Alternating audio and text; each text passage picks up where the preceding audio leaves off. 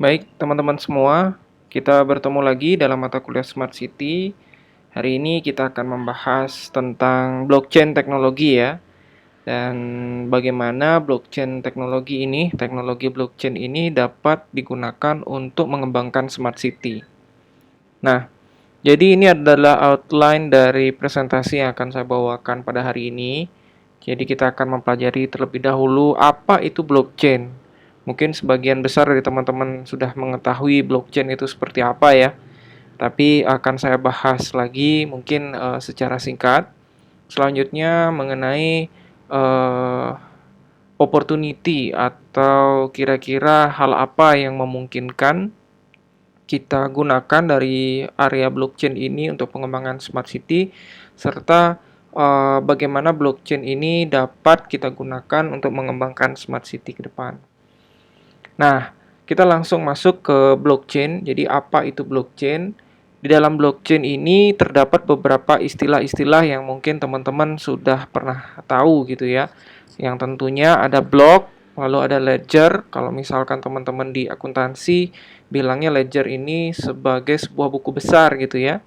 Lalu blockchain itu bersifat distribution, jadi distributif, sifatnya terdistribusi. Lalu di dalam blockchain ada transaksi, ada confirmation, ada proof of work, dan ada block reward. Nah, seperti yang kita ketahui, ada cryptocurrency yang menggunakan teknik blockchain ini. Hampir sebagian cryptocurrency itu menggunakan teknik blockchain ini ya. Dan yang paling tertua itu adalah Bitcoin. Jadi kalau kita bicara Bitcoin, maka seluruh istilah ini pasti ada di blockchain, di Bitcoin ya. Demikian juga di Ethereum, kita juga pasti akan menggunakan istilah-istilah ini. Jadi kita bahas mungkin satu persatu. Kalau misalkan teman-teman belum tahu, kalau blockchain itu kita bahasa Indonesia kan menjadi untayan blok ya, untayan sebuah blok di mana di dalamnya, di dalam blok itu terdapat informasi. Nah, informasi ini bisa berbagai macam isinya ya. Intinya itu adalah data informasi digital. Isinya macam-macam, bisa data transaksi. Pokoknya apa yang bisa kita simpan di dalam data digital. Termasuk di sana di dalamnya kita bisa isikan dengan tanda tangan digital dan lain sebagainya. Nah, blok itu kemudian informasi-informasi yang sudah saya sampaikan tadi itu kemudian disebut sebagai blok. Nah, pada kenyataannya blockchain ini sebenarnya dibuat dengan tujuan untuk mencatat seluruh kegiatan atau transaksi yang berlangsung pada suatu kondisi tertentu gitu ya. Nah, pencatatan ini tentu membutuhkan sebuah database gitu ya. Kalau kita dulu mencatat di buku, tentu catatannya harus rinci ya, catatannya serinci mungkin. Nah, catatan itu disebut dengan ledger di dalam blockchain. Nah, lalu tidak seperti misalnya kita mau melakukan transaksi jual beli. Kalau kita transaksi jual beli, kita lewat bank ya. Kalau kita nggak pakai cash secara digital, kita lewat bank. Saya mau mentransfer ke si A begitu. Berarti ada pihak bank, yaitu pihak ketiga yang nanti akan melakukan pencatatan. Jadi uang saya dikurangi, lalu uangnya si A nanti ditambahkan. Nah, ada orangnya, ada pihak ketiganya yang namanya bank di situ. Namun di dalam blockchain ini sifatnya terdistribusi, sehingga tidak membutuhkan pihak ketiga, tidak membutuhkan pihak bank. Jadi siapa yang melakukan proving, siapa yang melakukan persetujuan terhadap transaksi itu dilakukan secara konsensus oleh komputer-komputer. Jadi nanti di broadcast ya, kalau misalkan saya mau melakukan transaksi pengurangan uang, nah jadi saya mengurangi uang saya, nah saya akan melakukan broadcast ke semua jaringan komputer yang terhubung di dalam distribusi jaringan blockchain ini ya. Jadi saya akan membroadcast, lalu broadcast tersebut akan diterima oleh semua komputer di dalam network, di dalam node, untuk melakukan kalkulasi pencatatan. Nah, itu disebut dengan distribution, sifatnya terdistribusi, jadi tidak menggunakan sejenis pihak ketiga atau sentral tertentu ya, server tertentu. Nah, setiap proses yang saya lakukan tadi, misalkan saya mengurangi transaksi, balance saya, mengurangi saldo saya, nah itu disebut dengan transaction. ya. Itu disebut dengan transaksi. Nah, setiap transaksi ini harus dikonfirmasi. Nah, proses konfirmasi di dalam blockchain itu memanfaatkan asymmetric cryptography ya istilahnya ya. Kita akan memanfaatkan key privat dengan key public. Nah, kita bisa menggunakan verifikasi apakah data itu benar dari saya. Bisa jadi kan saya menyampaikan broadcast ke ke distribution node, distribution komputer bilang, saya mau mentransfer uang ke A sebanyak 50, misalnya Rp50 gitu ya. Terus di sisi lain bisa saja terjadi fake apa namanya broadcast palsu ya, broadcast palsu bilang bahwa saya juga mentransfer 50 padahal bukan saya yang melakukan. Nah, bagaimana cara untuk mengetahui bahwa memang yang mentransmisikan atau membroadcast itu adalah saya. Nah, itu ada proses yang menggunakan asymmetric cryptography. Nah, itu disebut dengan proses confirmation. Nah, setelah proses confirmation, sebelum melakukan pencatatan ada proof of work yang dilakukan di dalam blockchain. Jadi, tidak serta-merta orang itu bisa mencatatkan transaksi di dalam catatan blockchain ya. Jadi ada sesuatu kategori yang harus dipenuhi sebelum sebuah data transaksi bisa dicatatkan ke dalam sebuah blockchain. Nah, proses ini disebut dengan proof of work. Karena teman-teman ada di computer science, bayangkan proses proof of work itu adalah proses untuk membangun sebuah data transaksi di mana kita harus menentukan sebuah angka agar hash yang dihasilkan dari proses transaksi itu menghasilkan 30 angka 0 di depan, misalnya seperti itu. Jadi bagaimana kita bisa membuat proses hashing dari data transaksi ditambah dengan sebuah salt atau sebuah data tertentu. Nah, data ini yang kita harus cari, apa datanya atau angka tertentu yang memungkinkan hasil dari hashingnya itu berupa 30 digit angka 0 di depan secara berurutan. Nah, misalnya seperti itu ya, itu disebut dengan proof of work. Nah, tentu proses ini membutuhkan daya komputasi yang besar, sehingga proses transaksi atau memasukkan data ke dalam blockchain itu membutuhkan waktu yang tidak cepat ya. Ini yang disebut dengan proses mining, sehingga nanti di dalam konsensus dari distribution network blockchain ini akan memungkinkan terjadi perhitungan oleh banyak orang, banyak komputer gitu. Nah, siapa yang lebih cepat mendapatkan angka itu atau salt tadi ya atau karakter spesial itu, itulah yang akan mendapatkan reward. Nah, ini disebut dengan block of reward. Dia akan mendapatkan blockchain dari mining. Kalau misalkan nggak pernah dapat karena komputernya lelet ya nggak akan pernah mendapatkan reward ya. Nah, rewardnya karena kita melakukan proof of work ini, lalu melakukan pencatatan dalam distribusi distribution network kita di dalam blockchain. Nah, kita akan mendapatkan reward berupa koin gitu ya. Kalau misalkan ini yang akan menjadi nilai dari pekerjaan komputer kita. Nah, ini yang dilakukan oleh Bitcoin, Ethereum, dan lain sebagainya. Nah, sebenarnya blockchain itu sendiri adalah sebuah basis data yang terdistribusi ya. Bagaimana sebuah data dari hasil pencatatan itu didistribusikan kepada setiap komputer. Nah, jadi kalau misalnya teman-teman mau melakukan mining, sebenarnya yang dilakukan itu tadi ada dua ya. Dua hal. Yang pertama adalah bagaimana kita melakukan penyimpanan basis datanya, dan satu lagi bagaimana kita melakukan proof of work ini. Bagaimana kita melakukan menyelesaikan challenge tadi ya, mencari nilai 0 tadi. Nah, itu dia inti dari penggunaan blockchain. Nah, tadi sudah saya sampaikan apa itu block dan chain. Jadi, set of information, jadi kita sebut dengan sebagai block tadi, isinya adalah informasi-informasi yang have certain storage capacities and when filled are close and linked to previous filled block. Jadi, intinya adalah Kita punya sekumpulan informasi dalam sebuah blok, lalu disimpan dalam kondisi tertentu dan dikaitkan satu sama lain ya. Jadi itu yang disebut dengan blockchain. Nah, sehingga membentuk sebuah chain tadi ya, rantai. Oke. Nah, ini tadi sudah saya jelaskan secara singkat bagaimana sebenarnya proses dari uh, blockchain itu sendiri. Jadi kalau misalkan sender, jadi ya kita berbasisnya pada sender ya. Sender itu akan mengirimkan sebuah data transaksi. Misalkan dia punya 50 Bitcoin ya, biar gampang teman-teman anggap saja itu sebuah Bitcoin, 50 Bitcoin, terus dia mau mentransfer 20 Bitcoin yang dimiliki ke receiver seperti ini. Maka apa yang dilakukan?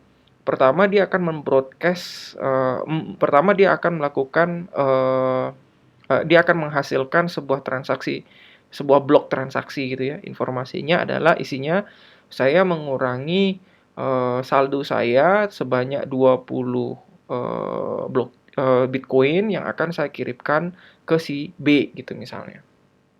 Nah, selanjutnya proses ini akan dihash sedemikian rupa untuk nanti dicatatkan ke dalam distributed database tadi ya.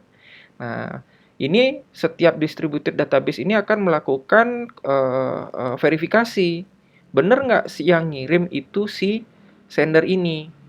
Nah, proses untuk verifikasi tadi sudah saya sampaikan, setiap distributed database ini punya kunci publik ya, kunci publik dari si A, ya, si sender gitu ya, si sender.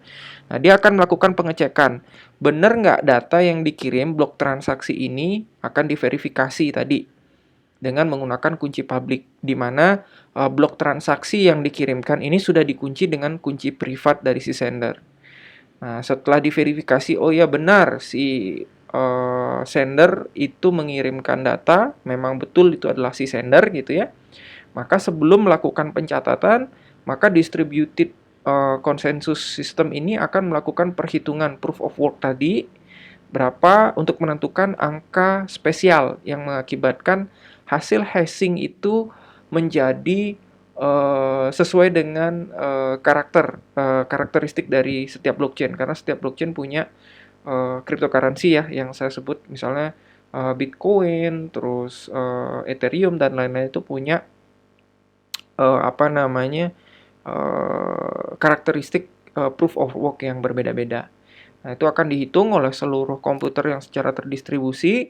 Lalu setelah ketemu angkanya, itu akan di-broadcast ke seluruh distributed database ini untuk menambahkan hasil crypto hashing-nya ya ke dalam blockchain yang sudah ada. Nah, ini akan terduplikat di semua database yang terkoneksi oleh jaringan. Nah, setelah ini dicatat, maka receiver dalam hal ini sudah bisa menerima 20 Bitcoin yang dikirim oleh sender tadi. Seperti itu, secara otomatis ya, karena dia sudah tersimpan di blockchain. Intinya receiver cuma lihat di blockchainnya.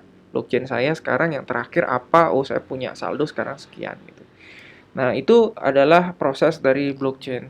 Hampir seluruh seluruh cryptocurrency yang menggunakan teknik blockchain cara kerjanya seperti itu.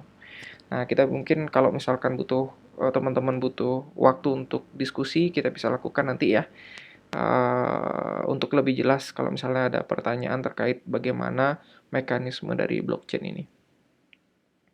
Nah, ini tadi yang mungkin sempat saya sampaikan bahwa si sender tadi itu pada dasarnya ada plain text data gitu ya. Ini intinya data digital lah, kita sebut sebagai sebuah teks saja sederhana karena isinya saya mengirimkan uang sebesar 20 kepada resipien, kan begitu ya. Nah, plain text data ini nanti akan dikunci menggunakan private key, sebenarnya berbeda dengan proses ini. Ini adalah asymmetric encryption ya. Jadi berbeda konsepnya dengan blockchain tadi, tapi bayangannya seperti ini. Nanti akan dikunci dengan kunci private milik si sender, lalu akan di-broadcast. Nah, setelah hasil broadcast-nya tersebut, proses verifikasinya adalah dengan membuka menggunakan public. Kalau di sini kan private untuk membuka ya. Nah, kalau di sini di dalam blockchain itu private hanya public key digunakan justru untuk melakukan verifikasi apakah benar data yang dikirimkan itu berasal dari si sender gitu ya. Sendernya akan mempunyai tanda tangan digital atau digital signature yang berupa data seperti ini ya, heksadesimal ya teman-teman ya. Nah, itu yang dipakai mengunci. Sehingga setiap data yang berbeda itu proses pengunciannya juga akan berbeda hasilnya. Ya, seperti itu ya. Nah, ini akan dilakukan proses konfirmasi. Jika benar, barulah nanti dilakukan proof of work tadi. Perhitungan mencari angka spesifik dalam setiap cryptocurrency itu memiliki cara proof of work yang berbeda-beda gitu ya. Sehingga nanti kalau sudah ketemu proof of work-nya itu akan di-broadcast ke dalam jaringan untuk bisa ditambahkan ke dalam blockchain. Nah, ini yang disebut dengan hashing tadi, di mana kalau kita memiliki sebuah input Fox lalu punya hash function di sini, hasil dari inputnya akan berbeda-beda secara spesifik ya. Berbeda semuanya. Bahkan walaupun beda satu huruf atau satu spasi saja akan menghasilkan digest atau hash yang berbeda. Gitu. Nah, jumlah hash ini karakternya sudah fix ya. Misalnya kita menggunakan MD5 gitu atau kita menggunakan SHA atau SHA-256, berarti jumlahnya pasti 256 karakter fix heksadesimal. Nah, jadi setiap perubahan satu bit saja itu akan menghasilkan perbedaan pada digest atau hash-nya ya. Jadi satu bit saja, jangankan satu byte, satu bit saja berubah itu maka hash function-nya juga akan berbeda. Nah, itulah yang harus dicari kalau misalkan di dalam Bitcoin itu dicari bagaimana caranya supaya angka di depannya 30 berurut 0. Nah, berapakah yang harus ditambahkan di sini? Data yang harus ditambahkan di sini agar data di sini itu 0, 30 30 data 0 secara berurutan. Nah, misalnya itu ya, itu contoh dari proof of work. Nah, itu kira-kira cara kerja dari blockchain. Semoga teman-teman terbayang bagaimana cara kerja dari blockchain sehingga bisa memanfaatkan nanti teknologi blockchain ini ke depan untuk berbagai macam ya kebutuhan. Salah satunya untuk pengembangan smart city. Nah, lalu bagaimana sih peran dari blockchain ini di dalam smart city? Jadi dari beberapa informasi yang saya baca, saya simpulkan bahwa intinya blockchain di dalam sebuah kota itu bisa menginisiasi bagaimana sebuah smart city. Jadi kalau kita bicara smart city itu kan isinya adalah bagaimana kita mengkoordinasi, mengintegrasikan serta mengontrol berbagai sumber daya yang ada di berbagai kota. Jadi setiap kota punya service tadi misalnya untuk waste manajemennya, traffic management dan lain sebagainya. Itu punya service-service tersendiri. Nah, lalu bagaimana kita mengontrol itu semua, mengintegrasikannya itu semua secara transparansi, efisien serta tentu ini penting nih privasi ya. Privasi ini juga menjadi salah satu momok kalau misalkan kalau kita buka transparan semuanya, maka tentu akan berbanding terbalik dengan privasi. Nah, bagaimana caranya kita tetap transparan? Jadi data-data yang transparan harus terbuka, namun juga tetap menjaga privasi dari seseorang.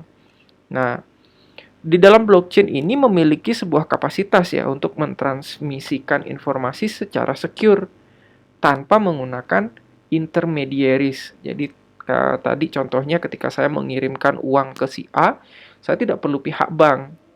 Nah, yang dibutuhkan adalah konsensus dari distributed blockchain itu sendiri ya. Distributed blockchain network tadi. Nah, seperti itu.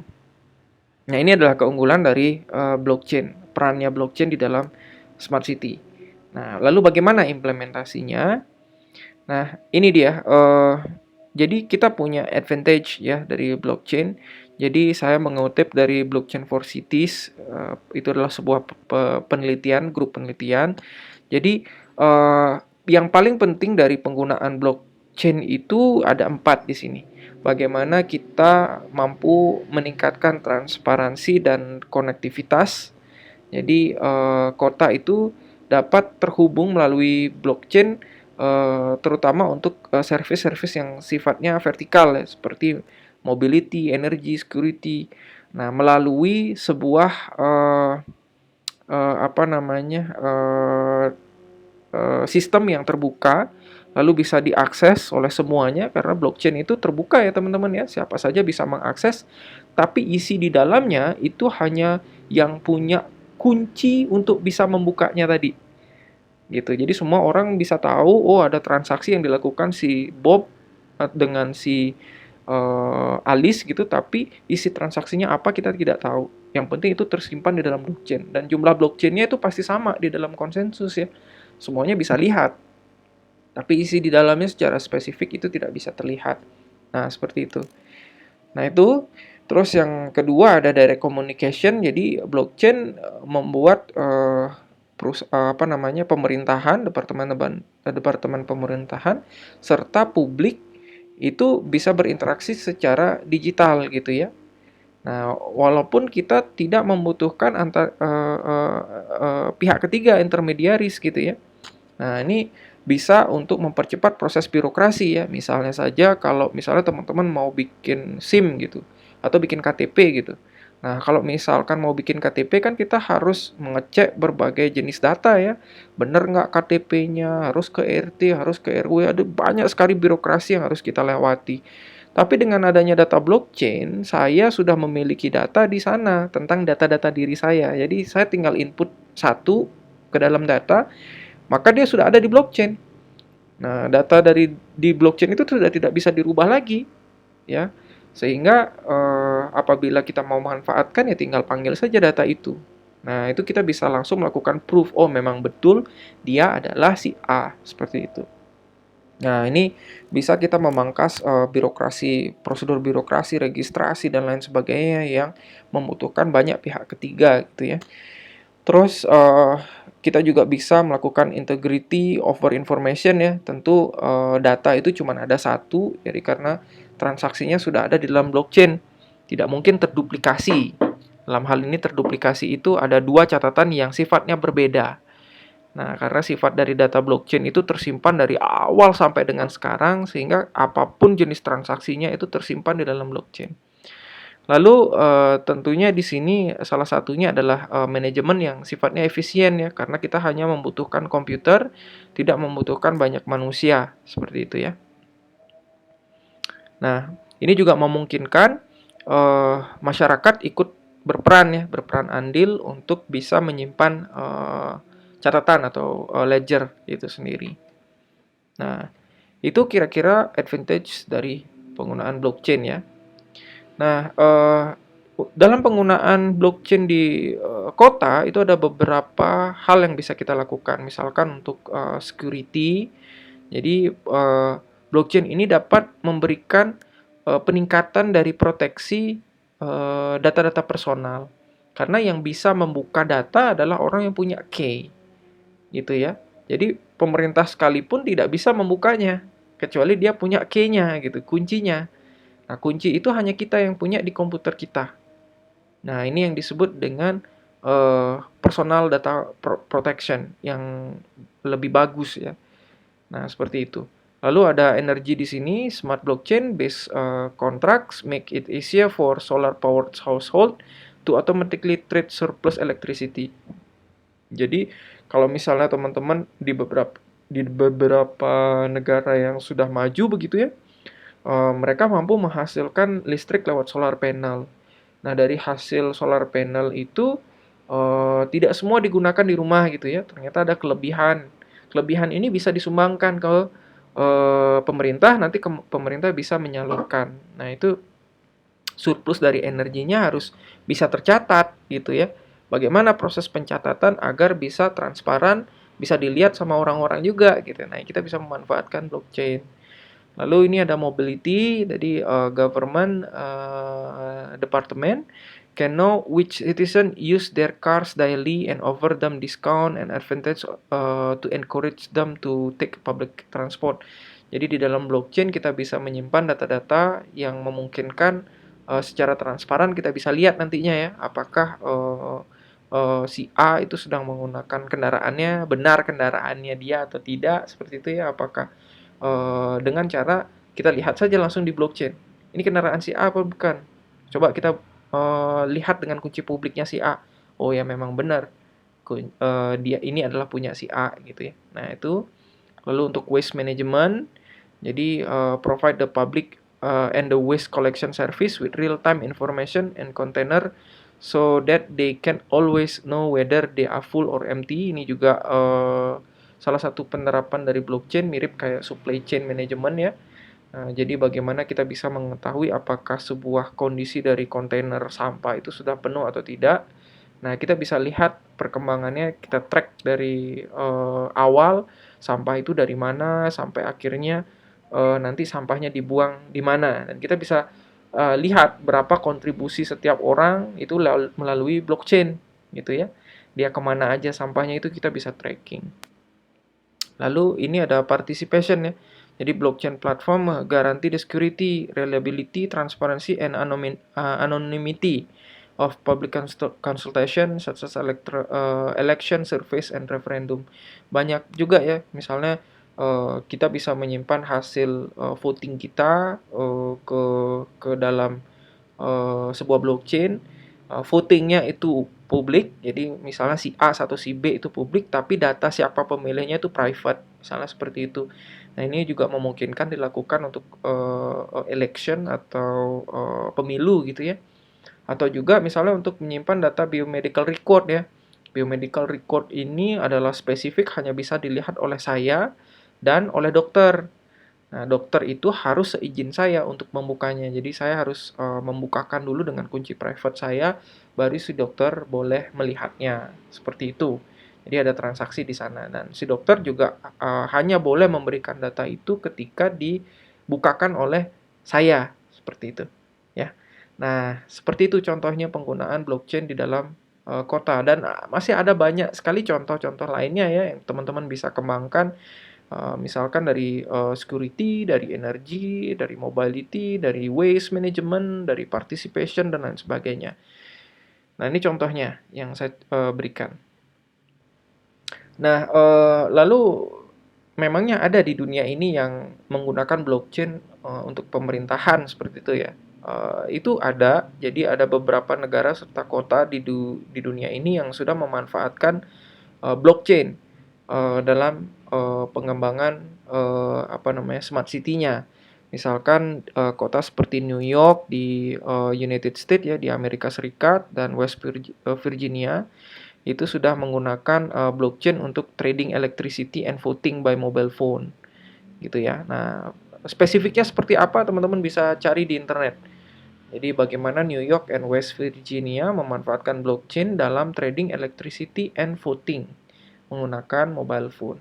Lalu demikian juga ada Estonia, terus ada United Arab Emirates, jadi Emirat Arab gitu ya. Lalu ada China, beberapa daerah di China seperti Yinchuan. Terus ada Australia gitu ya, juga memanfaatkan blockchain ini. Kalau di Yinchuan ini bahkan sudah memanfaatkan blockchain untuk menggantikan uang ya, replace money. Nah, untuk berbelanja seperti itu. Nah, ini boleh dilihat lebih detail bagaimana mekanismenya, sehingga tidak ada fake ya, orang yang mencuri, tidak ada orang yang bisa memindahkan uang secara sepihak tanpa sepengetahuan kita, dan lain sebagainya, karena kecenderungannya lebih secure. Kecuali ya memang device yang kita gunakan untuk menyimpan private key yang kecuri gitu. Nah, sudah tentu saja itu pasti akan hilang semuanya, seperti itu ya. Nah, itu kira-kira fungsi dari kota. Itu adalah contoh dari kota-kota di beberapa. Itu adalah contoh dari beberapa kota di dunia yang sudah memanfaatkan blockchain dalam pemerintahannya. Seperti itu ya. Teman-teman bisa lihat lebih detail nanti di internet, cari tahu seperti apa.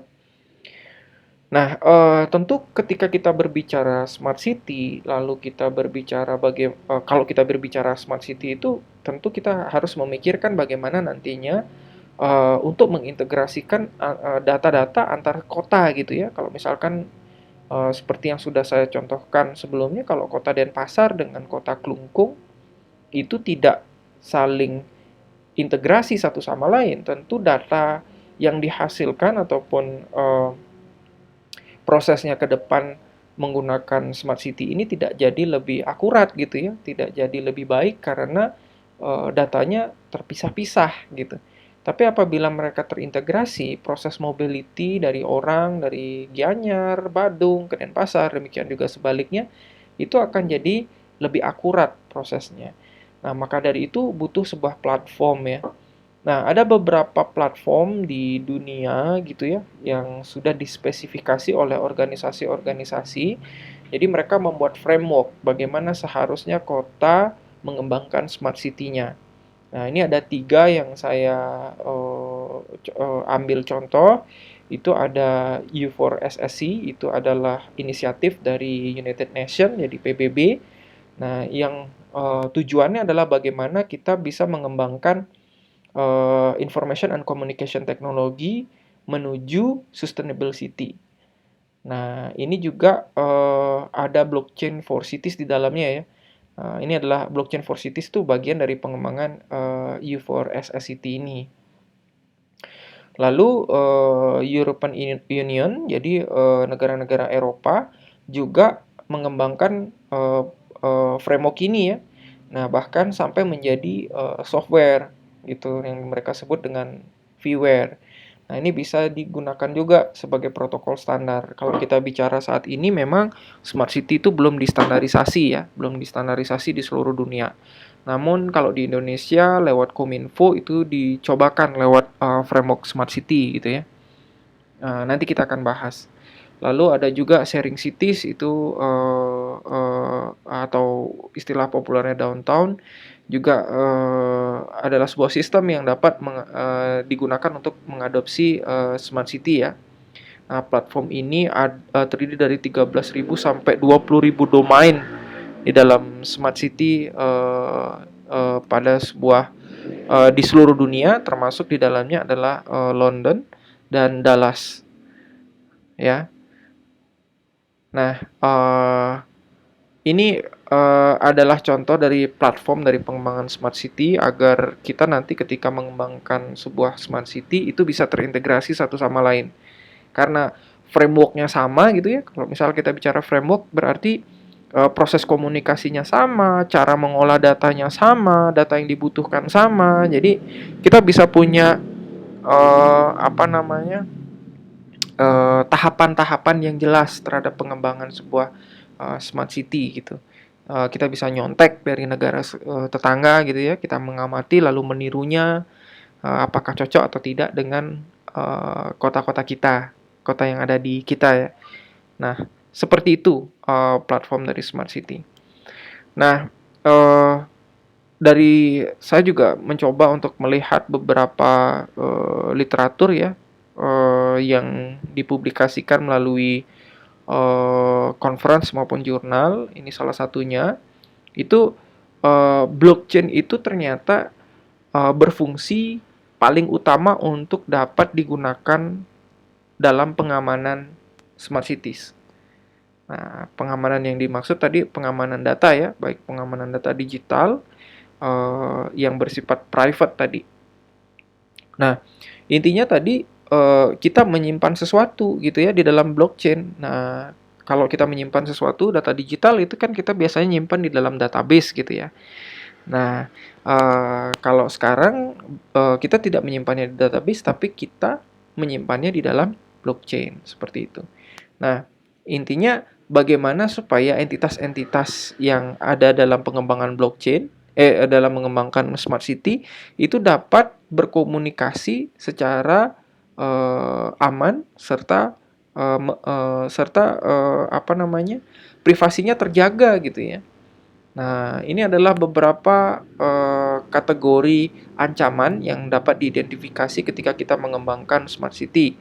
Yang pertama itu ancaman terhadap availability, jadi ketersediaan gitu ya. Jangan-jangan datanya dihilangkan gitu misalnya. Nah, jadi kita tidak tahu ini bagaimana dulunya gitu ya. Nah, itu trade of availability kalau di dalam blockchain ini bisa ditangani karena kita mencari hash tadi ya. Hash yang satu akan mempengaruhi hash yang blok-blok selanjutnya gitu. Nah, hash yang satu kalau kita ubah berarti kita harus mengubah seluruh hasil hash yang ada di dalam chain tersebut gitu ya. Kalau misalnya terdapat 1 juta blockchain gitu, ada 1 juta chain, berarti kita harus mengubah 1 juta chain itu. Dan kalau kita misalkan melakukan perubahan, ada proof of work tadi ya, yang misalkan memakan waktu sampai dengan rata-rata 10 menit kalau di Bitcoin.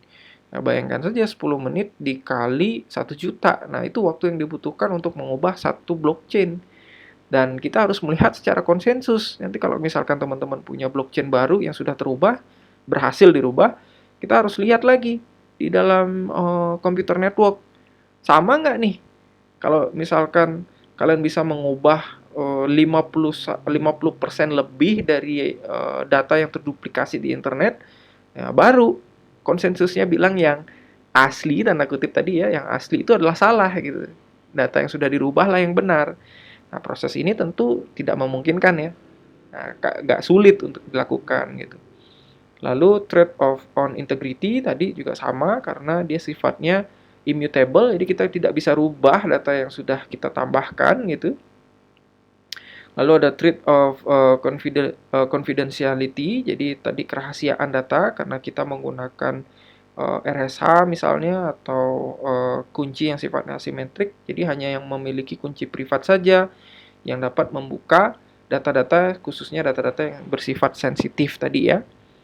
Lalu trade of authenticity, jadi autentikasi gitu ya, bagaimana supaya menyatakan seseorang memang memiliki hak atau terautentikasi untuk melakukan sesuatu, seperti memang punya rule-nya gitu. Lalu trade on accountability, jadi kalau misalkan tadi ada orang yang mengirim data dari A dan ke B, nah itu harus ditaruh di semua blockchain gitu ya, di sebuah network gitu ya, semua network blockchain sehingga accountability-nya bisa terjaga seperti itu. Nah, jadi blockchain ini dapat menghasilkan fitur-fitur yang sifatnya unik untuk meningkatkan reliability, lalu lebih baik dari fault tolerance, artinya kesalahan itu akan sangat jarang terjadi karena kalau misalkan kita mati satu data gitu ya, satu komputer penyimpanan atau ledger komputernya mati, kita masih punya penyimpanan yang lain yang isinya sama gitu ya. Jadi better fault tolerance, lalu faster and efficient operation and scalability. Nah, ini yang nanti perlu dipikirkan memang bagaimana kita untuk melakukan operasi yang efisien di dalam blockchain serta bagaimana kita melakukan scalability dari blockchain karena scalability dari blockchain sendiri adalah sebuah tantangan tersendiri begitu ya. Nah, tadi kita udah bicara banyak sekali advantage of blockchain ya. Jadi keunggulan, manfaat dari blockchain itu sendiri. Tapi kita harus melihat sudut pandang yang berbeda juga. Kalau kita mau menerapkan blockchain, ada nggak kira-kira kekurangannya ya? Atau ada nggak uh, uh, ketidaksesuaiannya nanti gitu ya? Atau hal-hal yang perlu kita harus perhatikan ketika mengembangkan blockchain. Nah, di sisi lain, blockchain itu memiliki proses yang sifatnya slow ya. Nah, kok bisa slow sih Pak? Ya tergantung tadi, ada proof of work yang harus dilakukan oleh komputer sebelum menambahkan sebuah blok di dalam chain-nya. Ya. Nah, proses ini biasanya rata-rata kalau di Bitcoin itu 10 menit. Sehingga proses untuk menambahkan sebuah blok ke dalam blockchain membutuhkan waktu 10 menit. Nah, ini harus dilihat. Kalau kita pakai contohnya tadi adalah Bitcoin. Tapi kalau kita menggunakan Ethereum, kalau nggak salah udah dipangkas setengahnya ya, 5 detik ya, kalau tidak salah ya. Nah, terus ada juga pengembangan blockchain yang lain. Nah, di mana proses ini bisa jadi lebih cepat. Namun demikian, kalau misalnya kita bikin proses ini lebih cepat, jadi proof of work-nya lebih cepat, itu juga bisa menimbulkan sebuah kerugian. Kerugiannya apa? Sebuah komputer yang sangat cepat mampu melakukan modifikasi terhadap chain dengan cepat juga, gitu ya. Jadi proof of work-nya cepat bisa dilakukan sehingga perubahan terhadap chain bisa dilakukan dengan cepat, dan kita tinggal mikirin bagaimana menyebarkan blockchain yang kita punya ke seluruh komputer yang ada di dalam jaringan, dan menganggap bahwa jaringan yang lain itu salah gitu. Blockchain yang lain itu salah. Kita cukup hanya mengambil 50% lebih dari 50%, lebih sedikit saja dari 50%. Anggap 50,001% aja gitu misalnya dari keseluruhan jaringan, node jaringan tadi. Kalau itu kita sudah ambil alih, maka blockchain kita yang akan benar gitu ya. Nah, tentu bisa saja kita melakukan hacking ya. Jadi, saya mengirimkan dana ke si B sebanyak 50 juta Bitcoin, anggap saja gitu ya. Nah, si B itu adalah diri saya sendiri dengan akun yang berbeda gitu misalnya. Jadi saya punya 50 juta Bitcoin gitu, misalnya contohnya ya. Nah, ini berbanding lurus dengan security. Jadi kalau makin lama dia akan makin tinggi security-nya. Tapi kalau makin makin cepat kita prosesnya, maka security-nya juga makin rendah seperti itu. Nah, kalau misalnya teman-teman tahu ada beberapa cryptocurrency ya yang kemarin sempat dibobol ya, di hijack. Itu karena proof of work-nya sederhana, misalnya seperti itu. Terus blockchain itu ternyata membutuhkan energi yang cukup tinggi. Jadi mengkonsumsi energi yang cukup tinggi. Nah, dalam kasus tertentu ya, tadi kayak misalkan kita mau melakukan supaya lebih cepat tadi, ini yang 10 detik tadi, supaya bisa kita percepat, berarti kan kita butuh komputer yang lebih cepat. Komputer yang lebih cepat untuk menghitung itu kita butuh lebih banyak lagi komputer untuk bisa menghitung. Nah, itu tentu akan mengakibatkan konsumsi energi yang lebih tinggi. Seperti itu ya. Nah, ini saling berpengaruh satu sama lain. Terus terkadang ya, tidak selamanya, blockchain justru tidak efisien. Nah, misalnya apa yang mau disimpan? Misalnya data dari sensor kita simpan setiap detik ke dalam blockchain. Kalau misalkan cara kita menyimpan dengan cara yang tadi, ada proof of work, lalu ada hashing, dan lain sebagainya, tentu ini tidak efisien ke dalam blockchain kalau kita simpan. Jadi tidak semua data kita bisa simpan di dalam blockchain. Jadi kita harus memilih dan memilah mana data-data yang memang seharusnya bisa disimpan dalam blockchain dan tidak seharusnya kita simpan menggunakan blockchain.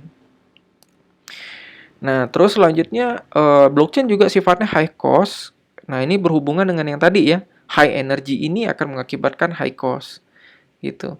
High energy kita akan membutuhkan komputer yang banyak. Tentu kalau kita mau pakai komputer yang banyak, kita butuh beli komputer gitu kan. Jadi cost-nya juga tinggi gitu. Nah, terus di sisi lain ada interoperability ya, interoperability. Interoperability ini, yang dimaksud dengan interoperability adalah bagaimana kita dapat menggabungkan dua buah sistem yang berbeda gitu ya.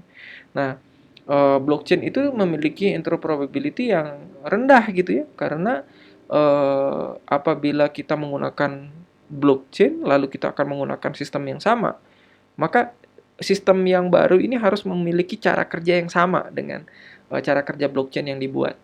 Seperti itu. Jadi kalau berbeda tentu nanti cara penggunaannya juga berbeda seperti itu ya. Terus blockchain juga memiliki cara yang cukup sulit apabila kita scale ya, harder to scale. Karena kalau misalkan kita menambahkan node saja ke dalam sebuah network yang sudah ada untuk ikutan gitu memining gitu, maka kita harus menduplikat seluruh data dalam blockchain yang sudah ada ke node yang baru. Di sisi lain, proses ini membutuhkan waktu di mana selama proses berlangsungnya juga ada transaksi-transaksi baru. Nah, jadi memang proses ini untuk menskalakan, jadi memperbesar blockchain juga salah satu hal yang cukup challenging ya, bukan tidak mungkin, tapi cukup sulit gitu ya, dibandingkan kita menggunakan sistem yang sederhana, misalkan menggunakan website dan lain sebagainya ya. Menggunakan blockchain itu kecenderungannya lebih sulit gitu. Nah, blockchain juga memiliki data yang sifatnya immutable gitu ya, tidak dapat dirubah lagi. Yang sudah ada di blockchain ya sudahlah gitu, tidak bisa dirubah lagi. Untuk proses perubahan ya teman-teman harus, misalnya saya transfer dari A ke B sebesar 20. Ternyata yang tercatat 15. Nah, kita harus tambahkan lagi di blockchain, kirim lagi 5 gitu. Jadi yang kemarin yang sudah ada tadi, yang 15 itu tidak bisa diganti jadi 20 gitu ya. Datanya sifatnya immutable. Lalu karena sifatnya distributed, maka kita harus melakukan self maintenance. Lain halnya kalau misalnya bank, data-data di bank yang maintain ya si bank itu sendiri gitu ya. Kita sudah kita membayarkan uang ya ke bank untuk memaintain data-data kita. Jangan sampai uang kita hilang gitu ya. Jadi pihak ketiga yang melakukan maintain. Cuman kalau misalkan sifatnya distributed, maka orang yang di dalam network itu sendiri yang harus melakukan maintain terhadap data-datanya, termasuk listrik, energi, dan lain sebagainya gitu ya. Nah itu harus dipikirkan nanti data apa yang sebaiknya bisa kita simpan di dalam blockchain. Nah, blockchain sendiri itu adalah sebuah teknologi yang kecenderungannya masih baru ya, hingga saat ini belum terlalu mature, belum digunakan secara worldwide ya. Worldwide itu maksudnya secara luas gitu, karena dia masih proses pengembangan gitu ya. Dan tadi sama seperti interoperability dan harder to scale tadi, maka untuk melakukan integrasi terhadap blockchain juga cukup menantang. Bukan berarti mustahil, tidak mungkin, cuman memang cukup menantang. Lebih sulit dibandingkan dengan kita mengembangkan software ataupun sistem yang seperti yang teman-teman sudah ketahui ya, menggunakan website, menggunakan teknologi client server, seperti itu. Nah, ini adalah beberapa disadvantage dari blockchain ya, kekurangan ataupun kelemahan dari blockchain, teman-teman, sehingga bisa berpikir nanti, kira-kira kalau mau mengembangkan blockchain di sebuah smart city, maka kita harus mengembangkannya pada bidang apa? Pada hal apa? Ya, pada hal-hal apa ya kita bisa mengembangkan blockchain ini? Jadi tidak semua data lalu kita bisa konversi jadi blockchain semua gitu. Nggak bisa. Ini ada beberapa challenge di sini yang harus dipikirkan gitu ya. Sehingga kita bisa memanfaatkan teknologi blockchain ini dengan tepat. Seperti itu. Nah, tadi kita bahas sedikit mengenai ini ya. Blockchain Secure Smart City. Tadi udah kita lihat ada beberapa threat atau ancaman yang menjadi pengembangan dari city dengan blockchain. Kita bisa bisa diantisipasi. Di dalam sini terdapat database layer di mana sifatnya terdistribusi ya. Nah, di mana datanya itu terdistribusi. Dalam blockchain itu istilahnya ledger. Database-nya disebut dengan ledger atau buku besar. Di mana dalam proses ledger ini ada dua jenis di sini, ada permissionless. Jadi itu datanya bersifat public, dan ada yang sifatnya permissioned. Nah, data-data yang sifatnya private. Jadi harus minta izin dulu untuk bisa lihat datanya. Kalau permissionless ya tadi ya, kayak misalnya data counting, data voting gitu. Kita bisa lihat secara publik yang dipilih itu bisa kita lihat pilihan nomor 1 atau pilihan nomor 2 atau pilihan nomor 3. Tetapi data di dalamnya siapa yang memilih itu sifatnya private ya. Nah, itu contohnya.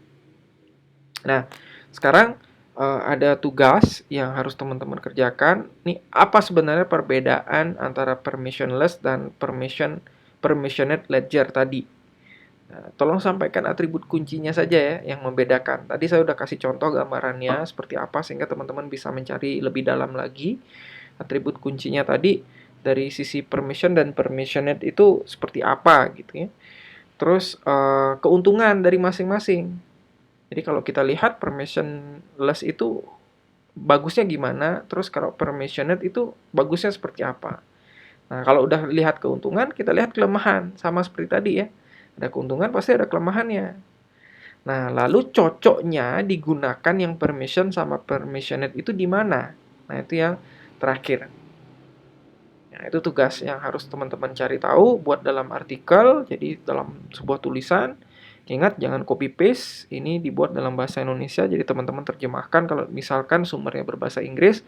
Dan jangan lupa tetap harus mencantumkan sumber ya, kayak saya misalnya setiap saya bikin sesuatu, nih pasti ada sumbernya di bawahnya ya. Nah, ini kalau misalnya teman-teman mau detail lagi tentang penjelasan ini, ya, teman-teman tinggal lihat saja di sumber-sumbernya. Nah, ini ada source-nya, ada sumbernya ya. Nah, ini kayak ini nih, Pak Ika dapat dari mana? Ini saya baca dari sini. Jadi ada beberapa sumber yang saya kutip. Kalau ini nggak kelihatan ya. Ini sumbernya ada di sini, ketutupan gitu. Terus di sini juga ada, sehingga semuanya jelas. Ini kalau misalkan kita ngomong nggak asal ngomong, nulis nggak asal nulis gitu ya. Ini kalau misalkan mau lihat lagi lebih detail penjelasannya bisa dari sumber-sumber tadi. Dan slide presentasi ini sudah saya share melalui Spada, teman-teman bisa lihat lebih detail. Nah, itu kira-kira penjelasan mengenai blockchain yang kita bisa manfaatkan teknologinya dalam pengembangan smart city. Kita sudah bisa melihat bagaimana blockchain ini sangat bermanfaat dalam pengembangan smart city, namun di sisi lain dia ada hal-hal yang harus diperhatikan tadi ya, disadvantage-nya. Jadi kelemahan-kelemahan itu harus perlu dilihat sehingga kita bisa tahu di mana memanfaatkan blockchain teknologi ini secara tepat dalam pengembangan smart city. Gitu ya. Ada tadi contoh dari penggunaan blockchain juga sudah ada di beberapa kota ya. Bahkan ada beberapa kota di Cina itu sudah bisa memanfaatkan transaksi jual beli bahkan menggunakan blockchain ini. Ya. Nah, demikian kira-kira pertemuan kita kali ini. Saya cukup singkat, cukup cepat sehingga agar teman-teman kalau misalkan ada yang kurang dimengerti bisa di-replay lagi ya penjelasannya, dan apabila membutuhkan diskusi itu dipersilakan melalui grup yang sudah terbentuk. Sekian penjelasan kali ini, terima kasih banyak. Kita bertemu lagi di penjelasan selanjutnya di minggu depan ya. Selamat siang.